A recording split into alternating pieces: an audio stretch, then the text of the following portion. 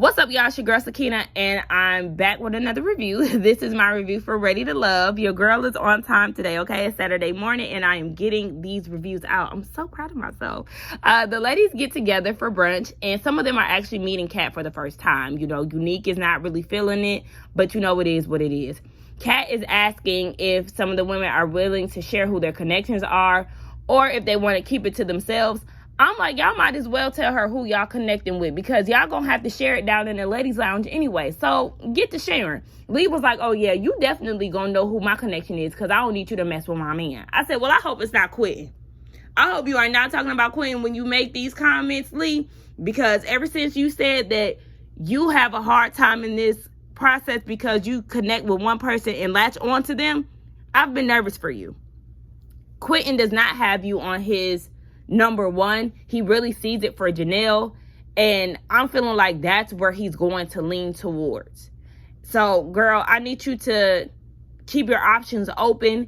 Honestly, there's not a lot of options out there for Lee on this platform. I don't really see her with anybody else.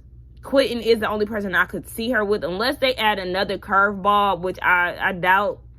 I don't see her with anyone else outside of Quitting. I don't know.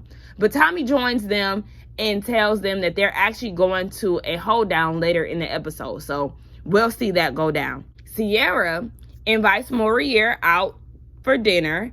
And I would say, the more I see Sierra in this wig, it's growing on me. I like it.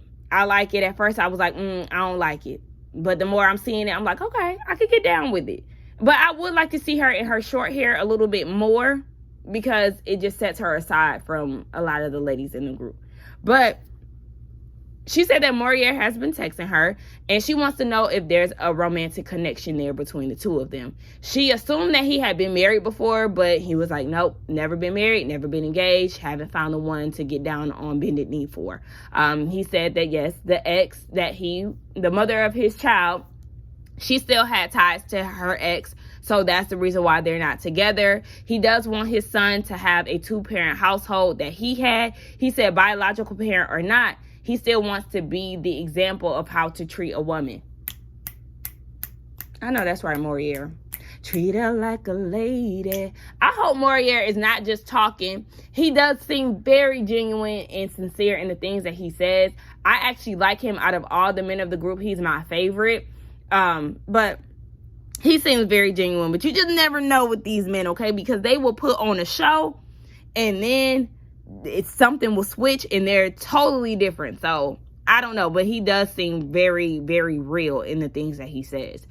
He did say that Sierra gives a around the way girl, home girl vibe, and he said that he is actually the most comfortable with her out of all the women in the group. He feels like they actually met each other in another life. That's a lot to say about somebody. Like, okay, I mean, we'll see. Okay, get out. Okay, I'm filming, get out. Shh, close the door. Sheesh. Just throwing me off my groove. I need to lock my door. But yeah, that is a lot to say, to feel like y'all could have met each other in another life. Okay, throwing on the charm. I see you, Morier.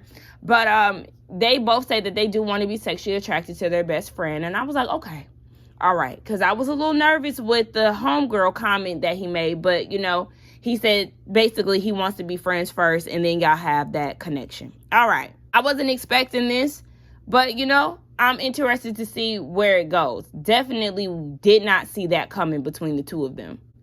Another thing that I did not see coming was Lee inviting Red out to dinner. She said that she was stepping out of her comfort zone, and yes, you definitely are with him. The energy is definitely awkward between the two of them. I was just ready for the date to be over before it officially started, because there was absolutely nothing there. So she's starting to have some type of conversation, because he's not giving anything. He's like, cool. You know, she's like, thank you for coming out. Cool. Yep. What? That's how you know. Instantly, there's nothing there. He has nothing to give. This was a total waste of time. So she's asking him if he sees anybody in his future as of yet. He says that he's hopeful, but he's interested to see how the women view him. So she said, well, initially, I thought that you were a little too calm for me. And she really wanted to see a lot of his personality. So he starts talking about how he worked in corporate for majority of his career. And baby, it then turned into a full rundown of his resume. I felt like I was in a job interview, and I said, sir, this is boring. This is boring. And she felt like she was in class. She's actually telling him this. And she like, where are the jokes? Okay, come on with the jokes. She's now starting to feel like he's not an active listener because she's asking him to be a little looser, but he ain't turning it on. I will say, I feel Red in the sense of he's not here for your entertainment. You know, because he's an entertainer, people will look at you like, okay, well, where is this personality that I seen, you know, at the club, or I would see on TV, I would see, you know, out with people when you're in your mode. But he's not in that mode right now. This is Red after work. And I mean, it's not that interesting, but this is who he is, I guess. But it's just kind of like, yeah, where is that personality? You could have shown her a bit of something. You really gave her nothing. You just talked about your job. She wanted to see you in your element, but all you could do was talk about your job in this weird job interview way. It was just very boring to watch. And I'm like, girl, I appreciate you for trying trying Lee, but Red ain't it, okay? He ain't got nothing else to give. We get down to the Hoedown, and y'all already know I instantly start scanning the screen. I want to see what the ladies are bringing, because you're supposed to be bringing cowgirl realness. And I would say the winner of the outfits for this Hoedown, Lee, you get class and a snap, girl. I loved her outfit. That black leather with the fringe on the top and the green boots. The green boots is really what sealed the deal. And that body yaddy, I said, come on, Lee. Definitely, hands down, she won the looks for the girls. I also like Jerica. I also like Jessica and Sierra's outfit, too. I absolutely was not feeling Aries' outfit. I felt like she could have got away with the lace top. But those peak pants, I said, this is not giving me cowgirl. I don't like this Aries. And Unique had the worst outfit. I said, why do you have on wide leg jeans and trying to stuff them in your boots? What in the 2005, 6, and 7 hell is this? What is this? Absolutely not. In the era of skinny jeans, why are you trying to force your wide leg jeans into your boot? I don't like the way that Unique dresses. It's very unique. It's very unique. But I don't like it. Kat's outfit, it wasn't bad, but it looked too costumey for me. So, yeah. Y'all let me know in the comments who y'all thought brought the looks and who didn't.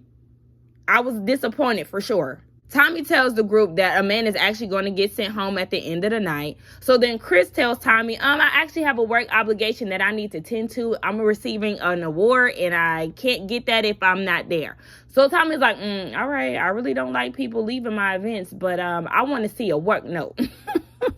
I said, all right, Chris, you better show up with that damn award. It seemed like it's always somebody in the group who has to leave for a work obligation.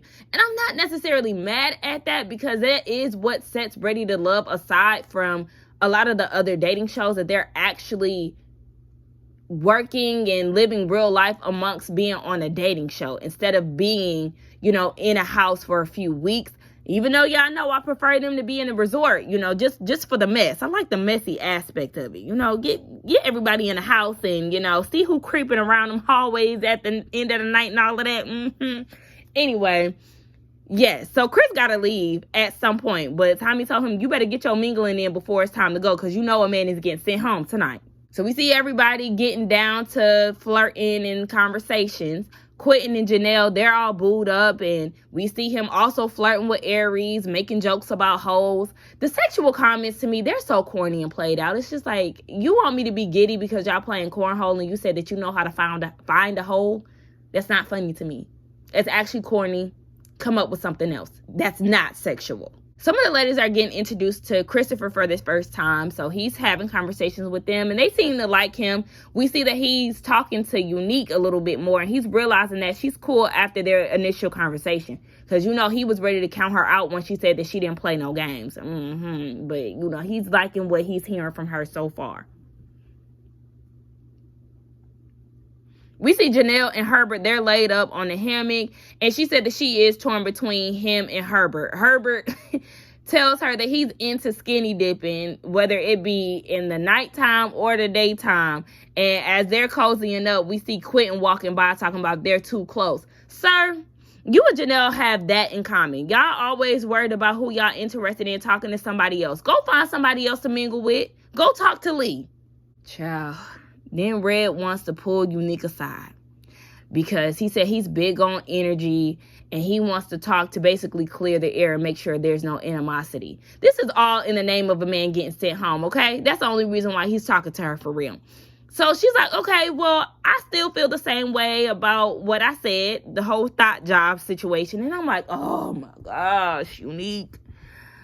It's okay to feel the way that you feel about somebody. But this is now y'all's third time having a conversation about this thought thing. You would think that just to squash it, that you would be like, okay, we could just move forward. We know that there's not a connection between the two of us, and I'm okay with that. She could have said something like that. But to triple down on what she said at this point, it's like, you're just keeping it going. You're keeping it going. And at this point, I'm over the both of them. So Red is upset because in their first conversation, Unique told him that everything about him was a red flag. And he feels like that's unfair to say when they only spoke for no more than 15 minutes. You can peep some red flags out of a person early on in a conversation. And it's just like, okay, you can't get mad at that if she feels like, early on in the conversation, she really just didn't see it for y'all. But in this process of Ready to Love, it is a way for you to step outside of your comfort zone and really get to know everybody. But at the end of the day, y'all just need to understand that y'all just don't see it for each other. And it's that simple. He starts, running down his resume and getting big-headed, talking about he has the best name in the city. And she was like, the streets is talking. And she was like, you're also a comedian who can't take a joke. And as he's talking about, I have a great rapport with X, Y, and Z, she was like, I'm feeling a narcissistic vibe from you. I wouldn't necessarily say narcissistic, but he's definitely a crybaby and has to big himself up in order to feel better. Like, what she said about you having a thought job should not impact you this fucking much. This is getting old. This is, again, the third time that we're talking about this. Baby, Red, you're a crybaby. You're doing too much. And you're fueling the fire unnecessarily, Unique. Both of y'all are annoying. Phil and Aries have a conversation. He's asking her about her job. She travels a lot, and he wants to know, does she have any plans on stopping at some point? He was flirting with her, talking about, you need to CC your job intel, or CC me in your job emails, telling them that, you can't be doing all of that traveling. I want you home. It was so cute. And actually, I could see them being together physically. They look really good together. I'm like, okay, I want to see where this goes. Kira and Marvin, they get together to talk, and she said that she's worried about him wanting to move to the Virgin Islands. So now in this conversation, he's saying that he's not opposed to staying in the States.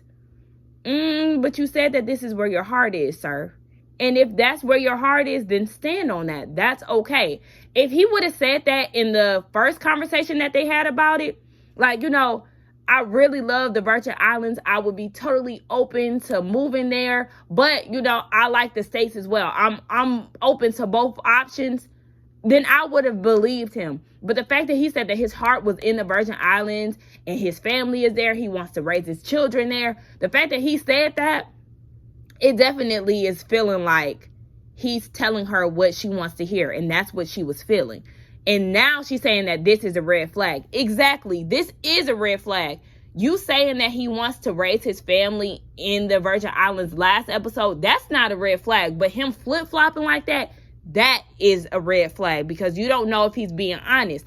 And say y'all get in a relationship and he's saying that he wants to stay in the States, and then he's like, well, actually, no, I lied, or, I changed my mind. I want to be in the Virgin Islands, knowing that that's not something that you're open to. That's a red flag. Herbert and Kat, they have a quick conversation. It really wasn't much to it. She just said that she really likes his calm demeanor.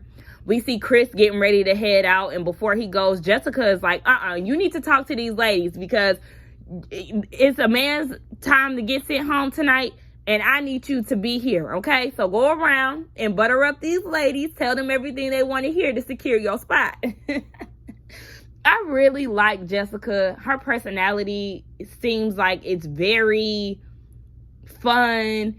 She's funny, and she's beautiful. So I really want to see more of Jessica. I really like her personality. So Chris heads out, and everybody is called to learn how to line dance. And, Kira, she eating this up because she's a dancer. She says she's the best dancer in the group, so she ready to get down. Apparently, Quentin and Aries, they could dance too. Then you get Christopher, baby,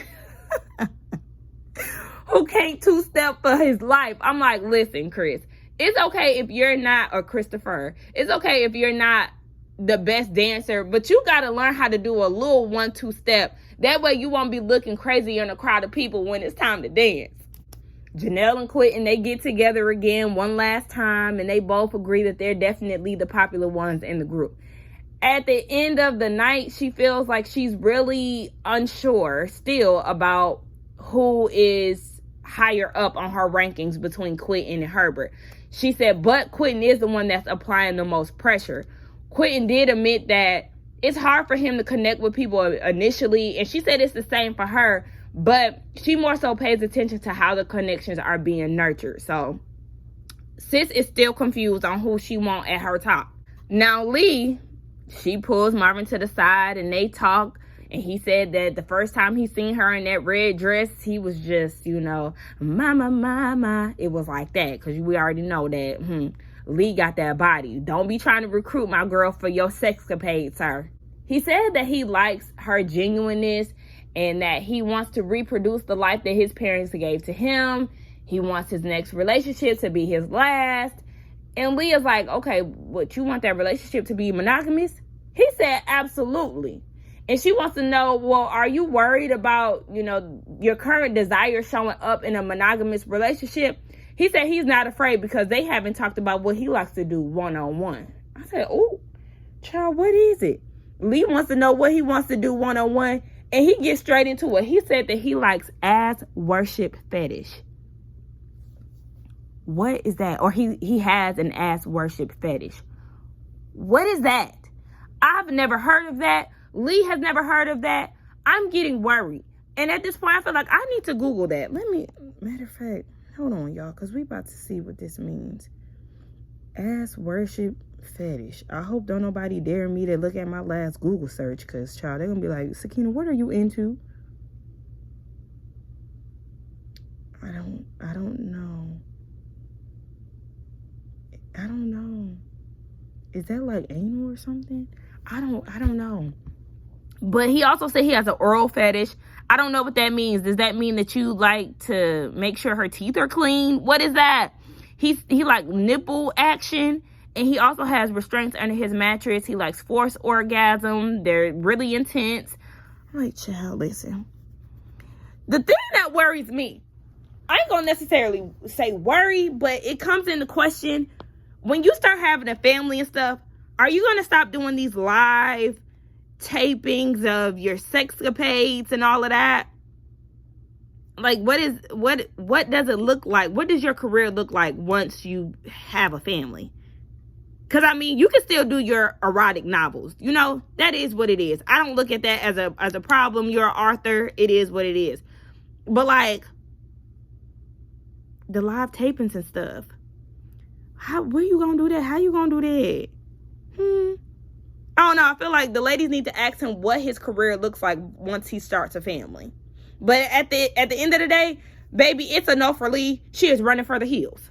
So Tommy gathers the ladies around to see who they're interested in and who they're not feeling. So Lee says that she's interested in Quentin, Janelle as well. Unique is interested in Christopher. She did not mention Marvin this time. Aries is into Phil. Kat is into Herbert. Kiera is into Herbert. Sierra is into Morier. And Jessica is into Chris. Lee is not feeling Red. Sierra agrees.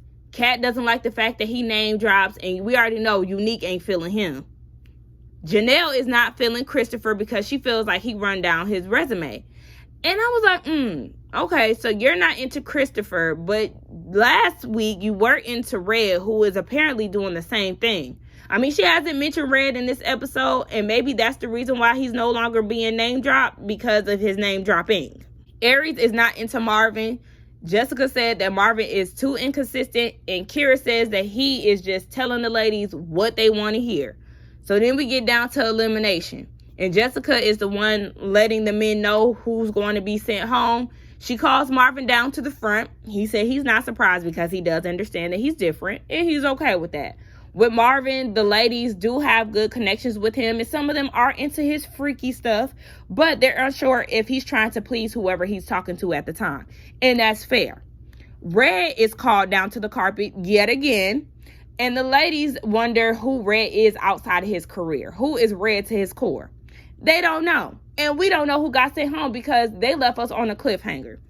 Now, my prediction is Red is going to be the one sent home. I really feel like it's his time to go. I mean, just because he's in the bottom again, that does not mean that he's going to go home. Because he could be a Blake. Y'all remember Blake from last season? Blake lived in the bottom too, okay? But he always seemed to live to fight another day, mainly because of advocate suit. But Red, he doesn't really have any advocates here. So I feel like he's going to be the one to get sent home. Marvin, I feel like they're going to save him, but I could see him getting eliminated again when the men are officially getting eliminated, when it's the men's turn again.